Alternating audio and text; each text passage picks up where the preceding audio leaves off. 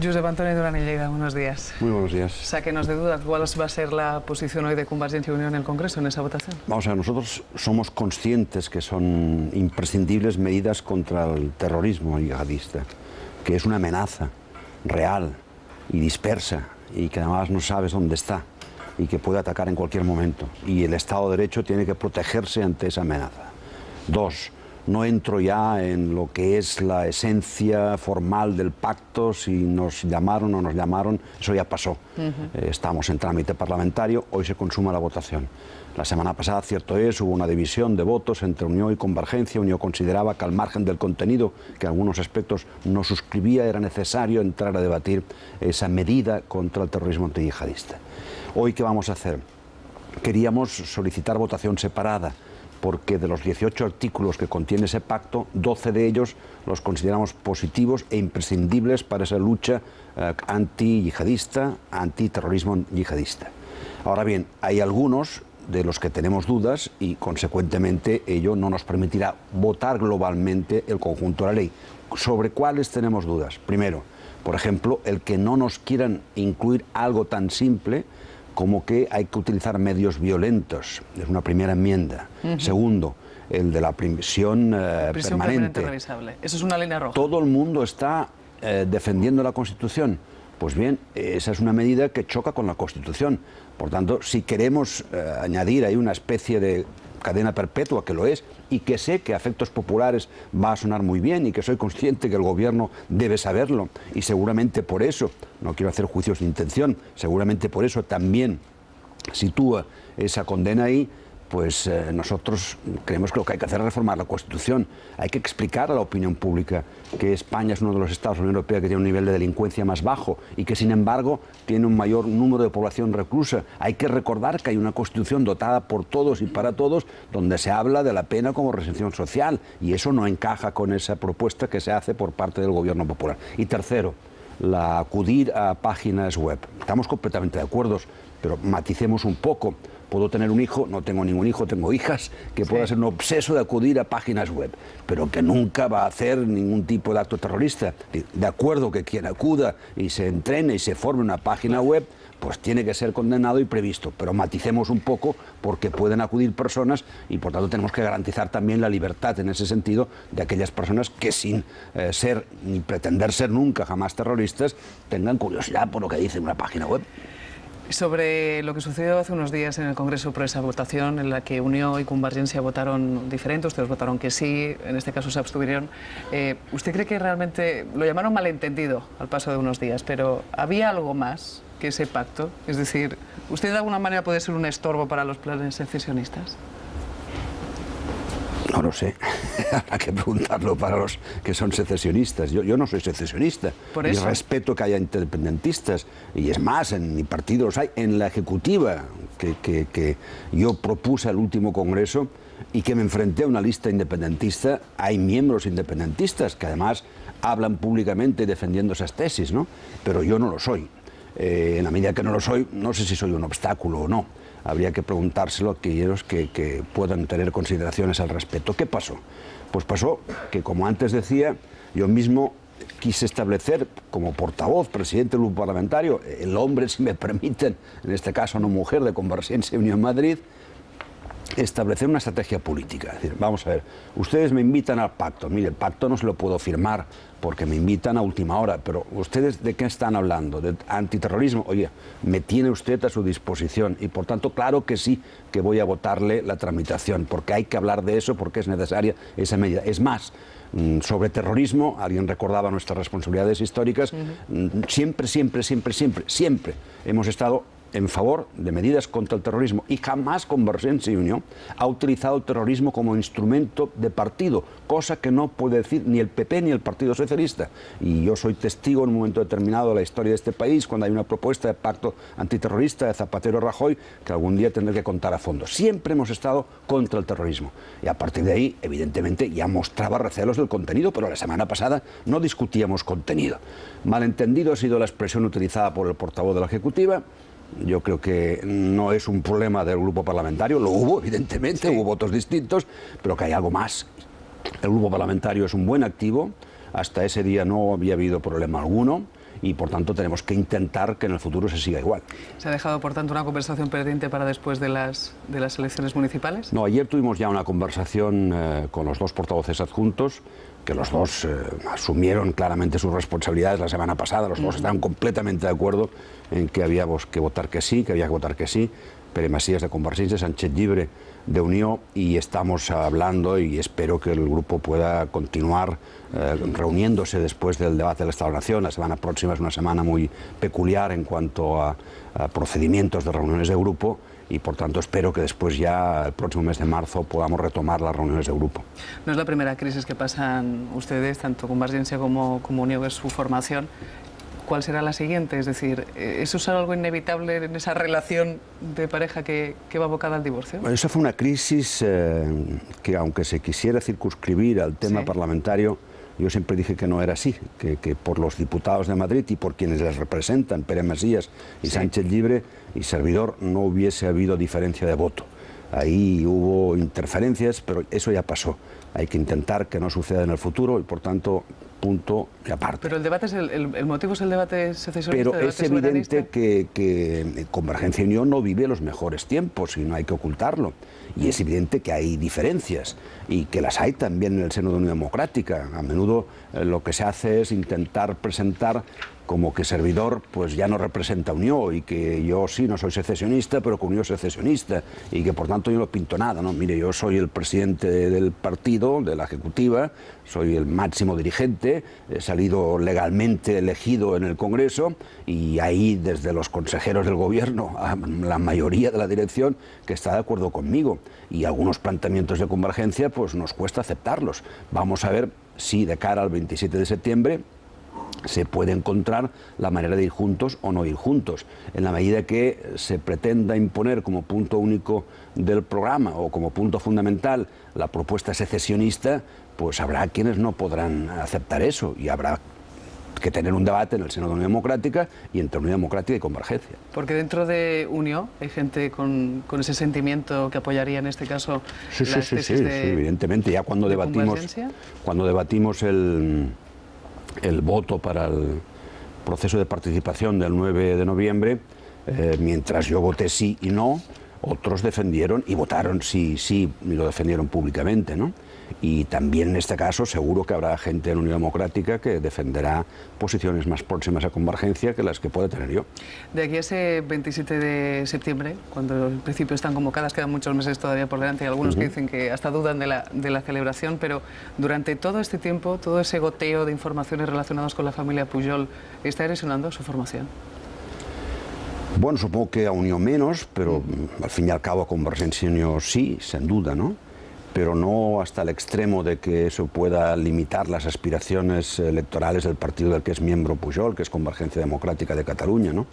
A mí me duele mucho, yo aprendí buenas cosas de Pujol, quien más, quien menos siempre dijo que Pujol fue un gran político, pues como político yo aprendí mucho de él y siento lo que está pasando, y si hay responsabilidades pues tendrá que asumirlas. Desde la perspectiva humana yo reitero que sufro mucho lo que él está sufriendo.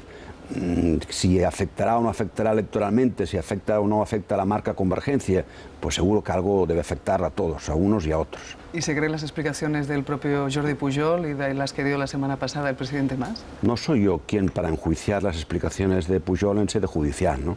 Está en una investigación judicial y por tanto, aunque sea por deformación jurídica y abogado que soy, pues hay que respetar la declaración y el principio de inocencia. Antes alguno de sus compañeros hablaba, y yo me sumo a esa tesis, pero además con radicalidad, de que hay que respetar profundamente el principio de inocencia cuando ustedes comentaban lo de los imputados y tal, porque es la base, una de las bases, uno de los ejes del Estado de Derecho. Y en los últimos tiempos pues no estamos muy acostumbrados a respetar uno de los ejes del Estado de Derecho. Por lo tanto, no comento las declaraciones en sede judicial del presidente de la Generalitat. Eso está en manos de la justicia, hay que confiar en la justicia. Confianza que no puede ser ciega, porque la justicia que no es rápida no es justicia, y la justicia está siendo muy lenta en estos y en otros tantos casos. Y yo creo que sería bueno tomar medidas para que la administración de la justicia fuese mucho más ágil y tuviéramos sentencias o decisiones mucho antes de los que los tenemos. Sobre lo que dijo el presidente Mas en el Parlamento de Cataluña, Bueno, yo le creo, no tengo más elementos, ni me dedico a buscar si estuvo inaugurando un puerto en Rosario o no, porque yo no soy oposición al presidente Mas, pero yo me creo lo que dice el presidente Mas. Yo creo que el presidente Mas es una persona honesta, lo he defendido desde el primer día. A veces no he compartido, y en estos momentos no comparto con él algunas cosas, pero siempre, privada y públicamente he defendido su honestidad. Buenos días, señor Durán y Lleida. Muy buenos días. Preguntarle por la intervención que hizo el otro día el presidente Mas, en la que anunció un poco cómo va a ser lo que queda de legislatura, estos 7 meses, 8 meses que quedan de legislatura, y dijo una cosa por la que yo quiero preguntarle. Dijo que va a seguir impulsando estructuras de Estado por si el día 27 de septiembre él interpreta que los votantes apuestan claramente por la independencia. Me gustaría saber si le parece razonable esto de apostar por estructuras de Estado que suponen una desconexión, si me permite la expresión, evidente con el resto de España, por si se da la posibilidad de que, llegado el caso el 27 de septiembre, él interprete que hay un mandato claro por la independencia. Yo creo que hay estructuras de Estado que caben desarrollarse en el marco legal actual, porque hay algunas competencias, por ejemplo, en materia fiscal, que permiten, de hecho, tener una agencia fiscal propia que tenga más desarrollo de lo que tiene en la actualidad. Hay otras que pueden sorprender más, ¿no? Acabo de leer que entre las medidas previstas, no la cito el presidente Mas, está la creación antes del 27 de septiembre de un banco central catalán. A mí me parece muy arriesgado ir proclamando a 4 vientos que de aquí al 27 de septiembre se pueda crear un banco central catalán, ¿no? Pero yo me quedaría con otros anuncios, porque me satisfacen personalmente. En esos puntos que señaló el presidente Mas, hay algunos que no son simplemente estructuras de Estado, que es que creo lo que debemos dedicarnos fundamentalmente, porque hay que rehacer todo lo que ha roto, que es mucho desde la perspectiva social, la crisis económica, y ahí hay 2 puntos que reivindicaba Unión Democrática y que se incluyen, que es una ley de no discriminación en términos generales y una ley en favor de apoyando a la familia, ¿no? Entonces yo no me quedaría simplemente en aquello que pueda ser más notorio o que pueda tener más jugo informativo, sino que hay otras cosas muy importantes para la sociedad y que están también incluidas en los propósitos de aquí al septiembre. Puesto que María me permite, generosa siempre, hacer una segunda pregunta, es insistir en algo que ha planteado ella. Usted ha dicho que hay en el malentendido del otro día hay algo más. Díganos qué es exactamente lo que hay algo más. Es decir, ¿a usted le consta o intuye que hay gente de Convergencia Democrática de Cataluña que quiere que usted salga de la coalición para que ellos puedan luchar por el voto más independentista e intentar arrebatárselo a Esquerra Republicana? Yo tengo mi opinión. Lo que pasa es que usted, estoy seguro que entenderá, me comprenderá y aceptará que no diga claramente para que mañana Durán acusa a Convergencia de que le quieren expulsar, perfecto. Pero alimenta nuestras teorías. Nos encantaría que lo diga. Sí, pero no. Vamos a ver. Yo dije que había algo más, y hay algo más. Y lo dije y lo repito. Que se produjo una llamada telefónica que cambió el voto de los diputados de Convergencia Democrática. Y esa llamada telefónica es una llamada que yo entiendo política. ¿Por qué se produce? Pues ¿Pero quizás... quién hace la llamada? Yo no tengo que decir quién hace la llamada. A mí me consta quién hace la llamada porque estoy escuchando quién está llamando por teléfono. ¿El presidente Mas? No, en absoluto, en absoluto. El presidente Mas no intervino en esa... ¿Un conseller? No, alguien de la dirección del partido, de las personas que llevan el partido. Pero eso es lo de menos, eso ya es un... El secretario general. Eso es un capítulo pasado. No necesariamente el secretario general. No insisto, Durán. Rafa. ¿Qué tal? Buenos días, señor Durán. Muy buenos días. El lunes hicimos nosotros pública en la cadena SER la encuesta que hacemos mensualmente, la del observatorio, y añadimos una pregunta sobre las posibles coaliciones, algo de lo que se está hablando ahora mucho, empezando por la famosa gran coalición que a algunos les produce recelos, pero otras alternativas posibles. Y más allá de que dependía mucho de quién pudiera ganar hipotéticamente o a qué tipo de votantes se preguntara, pues hablaba de coaliciones con PP y Ciudadanos, PSOE y Ciudadanos, PSOE Izquierda Unida, PSOE Podemos, etcétera. Pero a mí hubo una cosa que me llamó mucho la atención, y es que todos los encuestados respondían de un modo marginal o casi sin plantearse esa hipótesis, la posibilidad de una coalición o de un apoyo de CiU o de PNV al que ganara.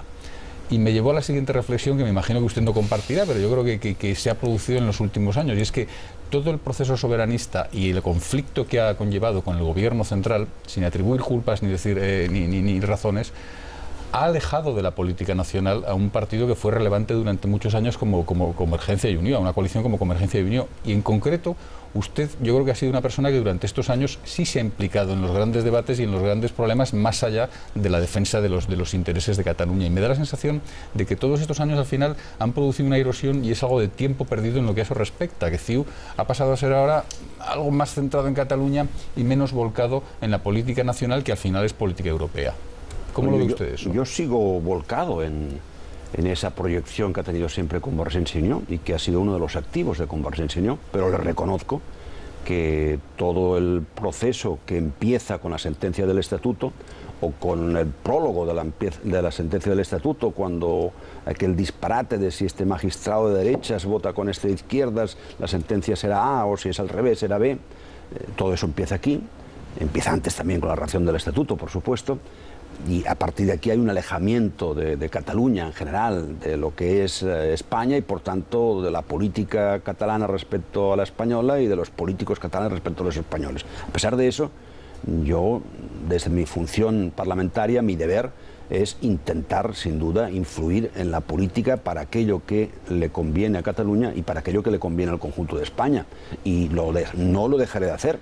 Y el día que no lo pueda hacer porque mi partido se quiera desentender de eso, pues no tendrá sentido mi acción política. Por tanto, yo, aceptando la tesis que sostiene su pregunta, le quiero decir que en mi caso en particular, incluso en el Grupo Parlamentario Convergencia y Unió en Madrid, sigue intentando estar presente en las cuestiones que son de Estado. En la anterior legislatura ya estábamos en plena post-sentencia del Estatuto, fuimos los que propusimos un pacto para el tema energético, que se creó una subcomisión específica para ello y que desgraciadamente hoy por hoy no tenemos política energética y que tenemos una política fiscal para la energía que es distinto y que eso precisamente repercute negativamente en algo que es vital para España, que es la reindustrialización. Por tanto, cuando yo digo que algo es vital para España como la reindustrialización, no estoy limitándome simplemente a defender los intereses de Cataluña, sino entender que España, esa recuperación económica tan cacareada, que es cierta en cuanto a macrocifras, en cuanto a la macroeconomía,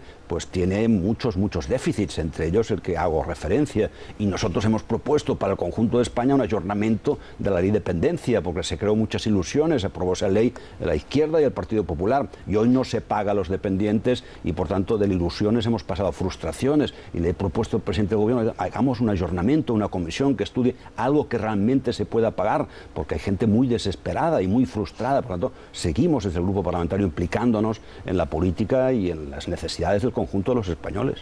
Me va a permitir llevar esta pregunta que le he hecho de ese terreno general al terreno personal. Da la sensación, escuchándole, y sobre todo la sensación observando su trayectoria en los últimos años, que usted empieza a estar muy poco a gusto dentro del partido que representa en el Congreso de los Diputados. Que sus ideas chocan mucho con lo que es Convergencia Democrática. No, me refiero evidentemente a la coalición, a Convergencia y Unió.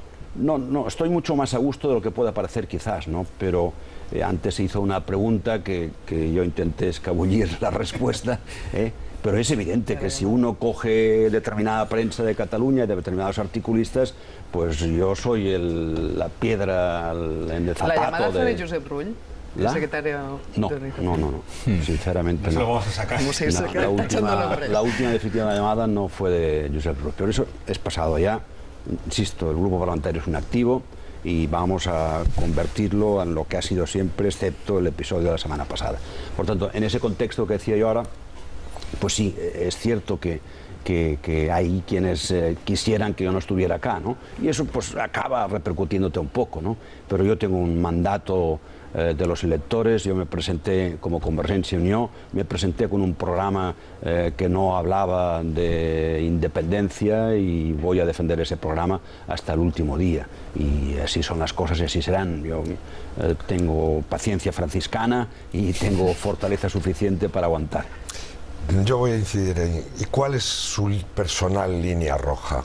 Esa que ha pensado cuando el proceso secesionista llegue hasta aquí y me quieran forzar. ¿Cuál será el sitio, la línea roja que Durán y Lleida no cruzará? Vamos, Aquí lo menos importante es la que tenga Duran Lleida, lo importante es la que pueda tener Unión Democrática, ¿no? La mía personal, la suya personal. La mía personal, si dije antes que no soy secesionista, yo soy confederalista, yo quiero un reconocimiento de la soberanía, que hoy no es posible con la Constitución española en las manos, pero que las leyes están para cambiarlas en un momento dado, y no simplemente por esta razón, sino por otras. Cabría abrir un proceso de reflexión en torno a la Constitución. Bueno, yo soy confederalista, por tanto, mi línea roja es esa. La confederación no es secesión, es reconocimiento de la soberanía para Cataluña y continúa estando en un contexto que es el español, con unas determinadas condiciones de reparto de competencias, etcétera, etcétera. Esa es mi línea roja. Si un día el proyecto que yo deba representar es estrictamente el proyecto independentista, secesionista, es decir, mire, vamos a irnos de España, ese es un proyecto que yo personalmente no puedo compartir, que respeto y que incluso entiendo que haya gente, lo entiendo a la medida que en los últimos tiempos se cometen también muchas torpezas y que a veces esas torpezas alimentan ese sentimiento, porque estamos en un debate muy de sentimientos, no simplemente de sentimientos, pero muy de sentimientos. Por lo tanto, yo respeto a quien no piense como yo, también pido respeto para mí de aquellos que sean independentistas, que no siempre lo tengo. Yo respeto a los independentistas, pero yo no lo soy, no lo he sido nunca y no voy a serlo al final de mi vida política. Y habla de sentimientos, ¿y ese sentimiento cómo lo ve? ¿Está bajando el suflé, el hervor? No, a veces discutimos con compañeros de partido que si está o no está bajando. Yo no soy de los que cree que eso esté bajando, ¿no? Acabo de señalar la palabra torpeza. Yo creo que se están haciendo cosas torpemente desde la perspectiva política, desde el gobierno central, la querella contra el presidente Mas, los recursos anteriores. Uno tiene la sensación de que si un día el Parlamento de Cataluña declarara unilateralmente la independencia, el gobierno lo único que haría es recurrirlo ante el Tribunal Constitucional. Y los problemas políticos requieren soluciones políticas, no soluciones jurídicas. No es el Código Penal el que debe regular el estatus que tenga o deba tener Cataluña. Pero es que si declara legalmente la independencia de un Parlamento, la culpa no va a ser del gobierno central, sino de ese Parlamento que ha hecho esa barbaridad. No creo que haya dicho yo que la culpa sea del Parlamento central. He dicho que la respuesta jurídica al problema político, para mí, a mi juicio, y a lo mejor estoy equivocado y acepto su verdad, no es la correcta. Y que en ese sentido, ya llevando la ironía al extremo, en el supuesto de una declaración unilateral del Parlamento de Cataluña, no estoy acusando al gobierno central, estoy acusándole de que sí, a lo mejor la respuesta sería recurrir esa independencia ante el Tribunal Constitucional, sería una torpeza, porque eso hay que resolverlo políticamente y no jurídicamente. El Código Penal no resuelve conflictos políticos. Josep Antoni Duran i Lleida, muchísimas gracias por estar con nosotros y desayunar esta mañana aquí en Televisión Española. Muchas gracias a ustedes, un placer.